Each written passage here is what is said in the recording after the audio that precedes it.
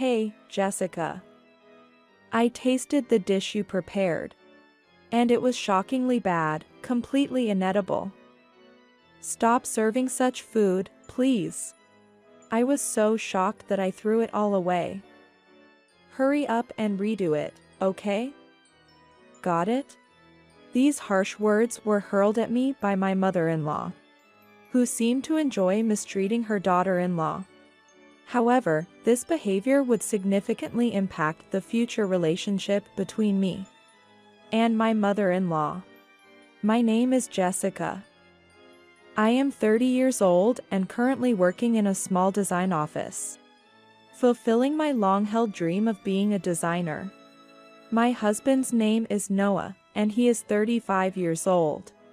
We met when I was a student, working part-time at a family restaurant of a major group where Noah was employed. Now, Noah works as the manager of that family restaurant. By the way, Noah is the son of a family that manages a major restaurant group. Consequently, Noah is naturally expected to take on the role of a future leader, consolidating the management of the group. For my mother-in-law, the status of Noah being the future successor was a matter of immense pride and a source of boasting. I lost my mother at a young age and was raised by my father alone. When I married Noah, my mother-in-law, who couldn't accept that I was raised by a single parent, strongly opposed our marriage. To her, my background and status were considered lower than hers, and she thought of my joining the family as a blemish.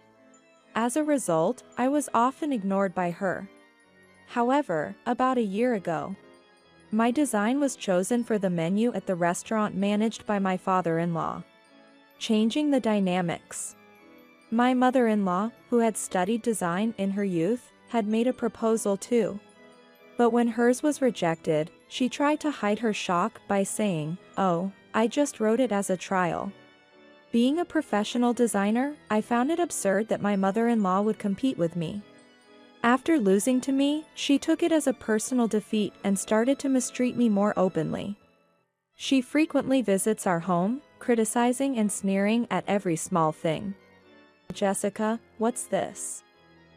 There's so much dust behind the TV. You can't say it's cleaned. How were you raised to be so careless with cleaning? Living in such a dusty place, what if Noah gets sick?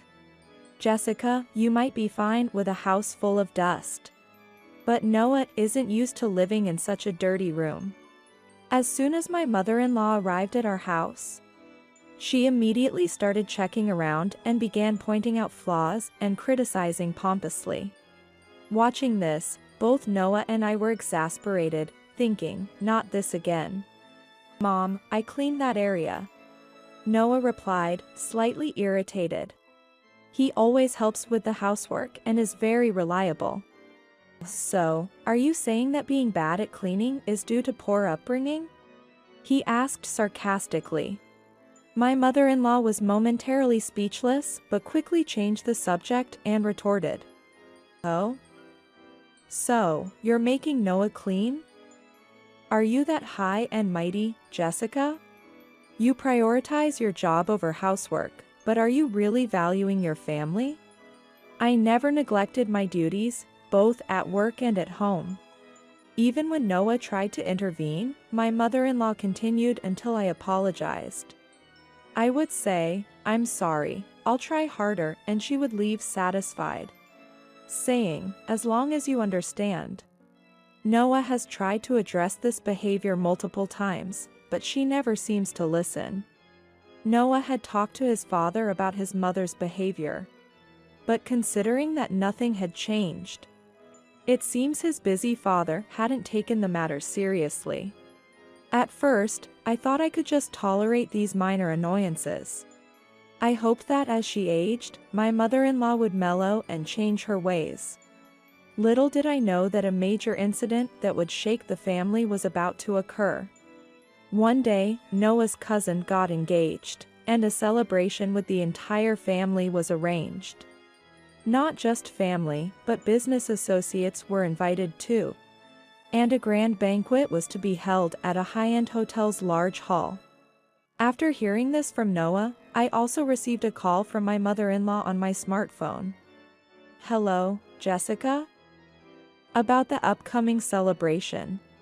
We're leaving most of the catering to the venue, but it's customary for each family to prepare the main dish.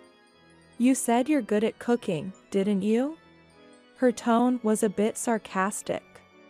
But it was true that I had mentioned being skilled in cooking since I had helped my father, who raised me alone from a young age. "I hope it's delicious, because if not, you'll embarrass yourself in front of the relatives. Anyway, I'll leave the main dish to you." Before I could respond, she unilaterally concluded the conversation and hung up. I shrugged it off as usual, started adjusting my work schedule, and began planning the main dish for the celebration. Everything was going smoothly in preparation for the celebration. There was no interference from my mother-in-law, which was eerily quiet. On the day of the engagement party, my phone rang at 11:30 a.m. The celebration was scheduled to start at 1 p.m. I was honestly surprised to receive a call from my busy mother-in-law at that time. Confused, but answering the call, she began speaking in an excited and high-pitched voice. "Hey, Jessica. I tasted the dish you prepared, and it was shockingly bad. Completely inedible. Stop serving such food, please." I was so shocked that I threw it all away. "Hurry up and redo it, okay? Got it?" Stunned by her loud voice, I managed to respond calmly. "What?" "Sorry, Mother, I'm currently at the office working." "What? Work? What are you talking about? The party starts at 1. There's no time, just remake it." Something seemed off. Confused and unable to grasp the situation, I wondered if she didn't know that I had switched my task. Also, what did she mean by saying she threw away the dish I made? When I was assigned French cuisine, I had come up with a menu, but soon after, I received an important design job.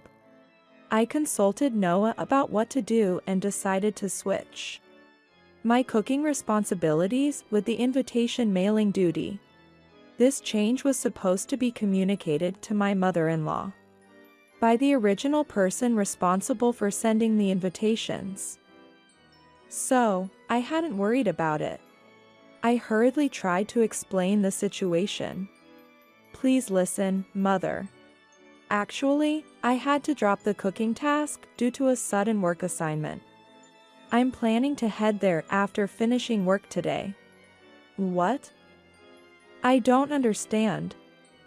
You were in charge of French cuisine, weren't you?" "No, I switched responsibilities, so I didn't actually cook anything." "What? What are you going to do now? There's no time left before the party starts. It's your fault for not reporting properly. Fix this or I'll tell everyone you threw away the dish." Knowing I wasn't responsible for the dish, my mother-in-law became extremely agitated. Confused by her rapid-fire accusations, I was at a loss. Thinking about the complexity and trouble, yet concerned about being wrongly accused in front of many people, I wondered how to handle the situation. However, knowing my mother-in-law, it was quite possible she would blame me and pretend ignorance. Reluctantly, I apologized to my office for leaving early and hurried to the venue. Unfortunately, I arrived at the station just as my train was about to leave, and ended up reaching the venue just after 12 p.m. Noah, who had been informed in advance through Messenger about the situation, hurried over to me as soon as he saw me arrive. However, his expression conveyed the worst-case scenario. "Oh no. Am I too late? Right now, all the other dishes brought by everyone are here. But there's a commotion because the French dish is missing." When I went to the kitchen, I found that all the French cuisine had been thrown away and was clogging the sink. Everyone's in an uproar about what happened. As I listened to Noah, I headed towards the kitchen. There, the tension was palpable, as if those present had stumbled upon a crime scene. My mother-in-law, cornered by the tense situation, found me and began to accuse me by name. Ah, Look, the culprit has finally shown up. Jessica. It was Jessica who threw away this dish. She wasn't even here, which is evidence enough. I managed to suppress the headache that started throbbing. As soon as she accused me so suddenly. Around us were Noah's aunts, their sons, the recently engaged cousin, and his fiancée, Christina, along with many other relatives. Having been told by my mother-in-law that I was the culprit, their condemning gazes turned to me, but I decided to calmly present the facts. Actually, I did not throw away this dish. That's a complete misunderstanding. However, my mother-in-law immediately retorted, "Don't play dumb. Don't lie. To do such a thing at a celebration. Such ungrateful and senseless behavior is a disgrace to this family. I was at work this morning. So, I have just arrived here." The people around us, upon hearing my story, began to murmur in surprise. What? She just got here? Then who? I hurried over to this venue after receiving a call from my mother-in-law. I missed the train and was delayed in arriving. I apologize. What? Jessica. What are you suddenly saying? But you told me on the phone that you had thrown away all the French cuisine. My goodness. What are you saying? This daughter-in-law of mine. Not only does she mock me, but now she's trying to pin her own wrongdoing on me and act innocent. How awful. Unbelievable. My mother-in-law dramatically played the victim, appealing to the surrounding relatives as if she were a heroine struck by misfortune. To the relatives, it seemed more likely that my mother-in-law, who had been part of the family for over 20 years, was telling the truth, rather than me, a recent addition to the family. I felt their condemning gazes again but was determined to assert my innocence. If you find it hard to believe, please call my workplace for confirmation. They can verify that I was working this morning, which will prove that what I'm saying is true. Just as I made this plea, a voice said, "There's no need to go that far." I had assigned Jessica a task. She graciously accepted the urgent work, and I'm truly grateful for her help. The voice belonged to my father-in-law. Behind him stood Noah, with a relieved expression. Noah had asked his father to help reveal the truth. I was relieved to see my father-in-law there, as I thought he might be too busy to assist. The reliability of the family's future head was evident. The relatives who had been accusing me now looked flustered, and their suspicious gazes turned towards my mother-in-law. So, Jessica, what exactly did my wife say on the phone earlier? Yes. She called to say she had tasted the French cuisine, found it very unpleasant, and said it was too embarrassing to serve. So she threw it all away. Then, she told me to remake it before the time of the event. A murmur spread among the relatives upon hearing my testimony. Suddenly, a woman burst into tears amidst the crowd. The crying woman was Christina, the cousin's fiancée. I admit I'm better at Asian cuisine, but I tried my best with the French dish too. I thought I had made it as delicious as the Asian one. But now, tearfully, she leaned on her fiancé.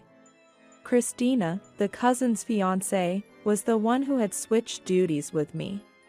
Although she was the main character of this celebration, she had confided her plan to surprise everyone with her cooking, and asked me to keep it a secret from the relatives.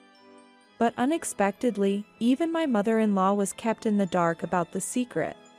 Moreover, Christina was a professional chef at the French restaurant run by Noah's father. Hey, Mom. You're saying Christina's cooking is bad?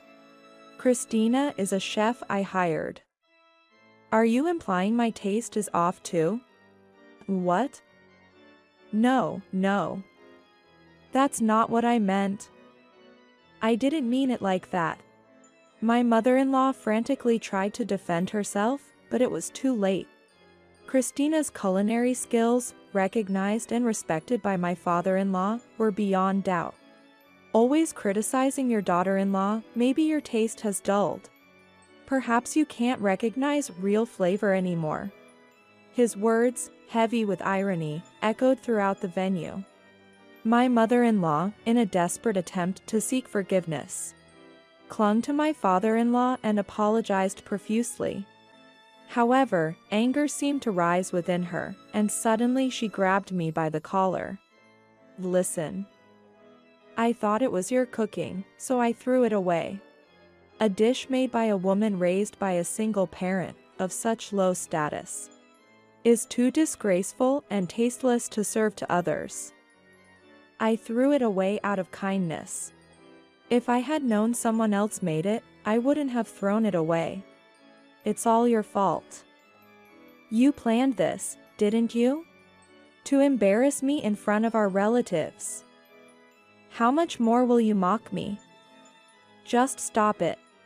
I was shocked and disgusted by her yelling and the spit flying from her mouth. But then, Noah's grandmother raised her voice. Wait a minute, you. You know I'm a divorcee, right? You say being from a single parent is disgraceful? I heard that your late mother also lost her mother when she was young. By your logic, there are quite a few disgraceful people in this family, aren't there? Her cold gaze pierced my mother-in-law. No, no. That's not what I meant. I didn't know, really. I swear I didn't know. Well, it doesn't matter anymore. We've all seen your true character. Hearing this, my mother-in-law collapsed on the kitchen floor, trembling with despair and fear. My, I heard there was a commotion, but what a scene this has turned into. Suddenly, a voice came from behind. Turning around, I saw an elderly man in a wheelchair. He was Noah's grandfather, the current head of the main family. I could hear the uproar from afar. It's unfortunate that a dish was wasted. I recall my late wife once telling me about receiving sweet potatoes during the war.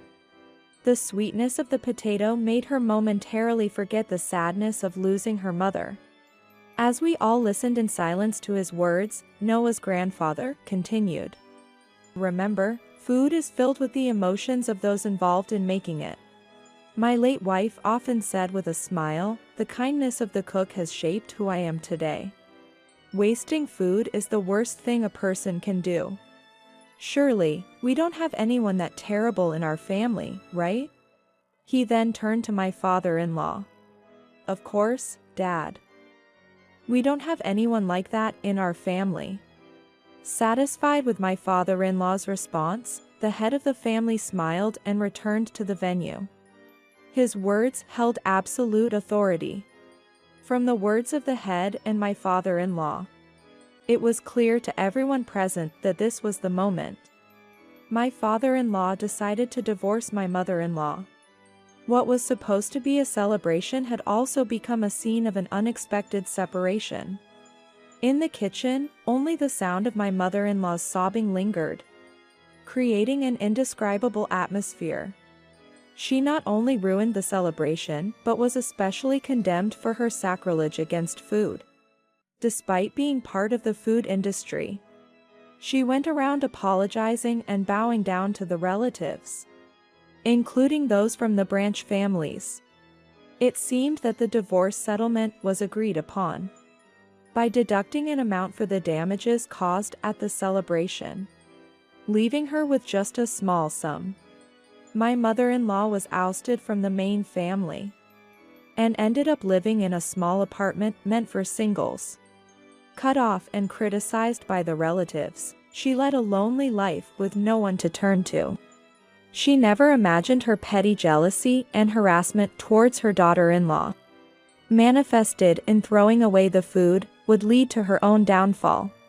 On the other hand, I was able to protect the honor of my loving father. I also managed to build a harmonious relationship with Noah's family and am enjoying fulfilling days.